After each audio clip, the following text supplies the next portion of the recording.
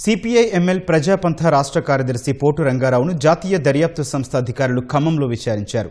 ఇటీవల నోటీసులు ఇచ్చిన అధికారులు బుధవారం పార్టీ కార్యాలయంలోని ఓ గదిలో ఆయన్ను 2.5 గంటల పాటు విచారించారు. హైదరాబాద్ నుంచి నేరుగా రామనరసయ్య విజ్ఞాన కేంద్రానికి వచ్చిన వాళ్లు పలు ప్రశ్నలు వేసినట్లు పోటు రంగారావు తెలిపారు.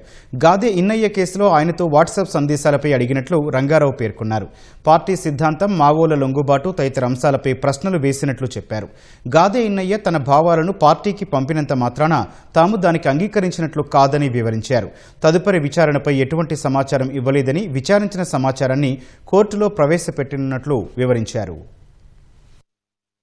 మీ మీద ఏమీ లేదు, మీరు రావద్దు అనలేదు, రమ్మని అనలేదు. పుట్టు పూర్వోత్తరాల నుంచి మొత్తం సమాచారాన్ని అడిగారు.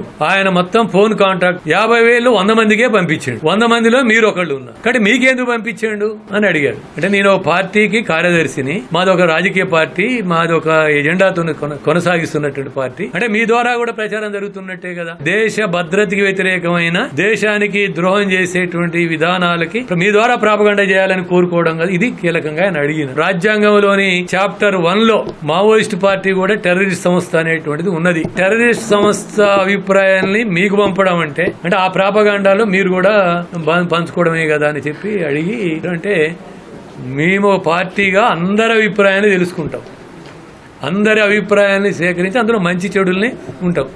మాకు మావోయిస్ట్ పార్టీకి కూడా సైద్ధాంతికంగా, రాజకీయంగానే కాకుండా భౌతిక పోరాటం కూడా చాలా జరిగింది. మా వాళ్ళు 25 మంది మావోయిస్ట్ పార్టీల చేతిలో కూడా చనిపోయినటువంటి వాళ్ళు ఉన్నారు. మేము వాళ్ళ మీద పోరాడినటువంటివి ఉన్నాయి. 69 నుంచి కూడా మాకు వాళ్ళకి రాజకీయ సిద్ధాంత పోరాటం జరుగుతుంది.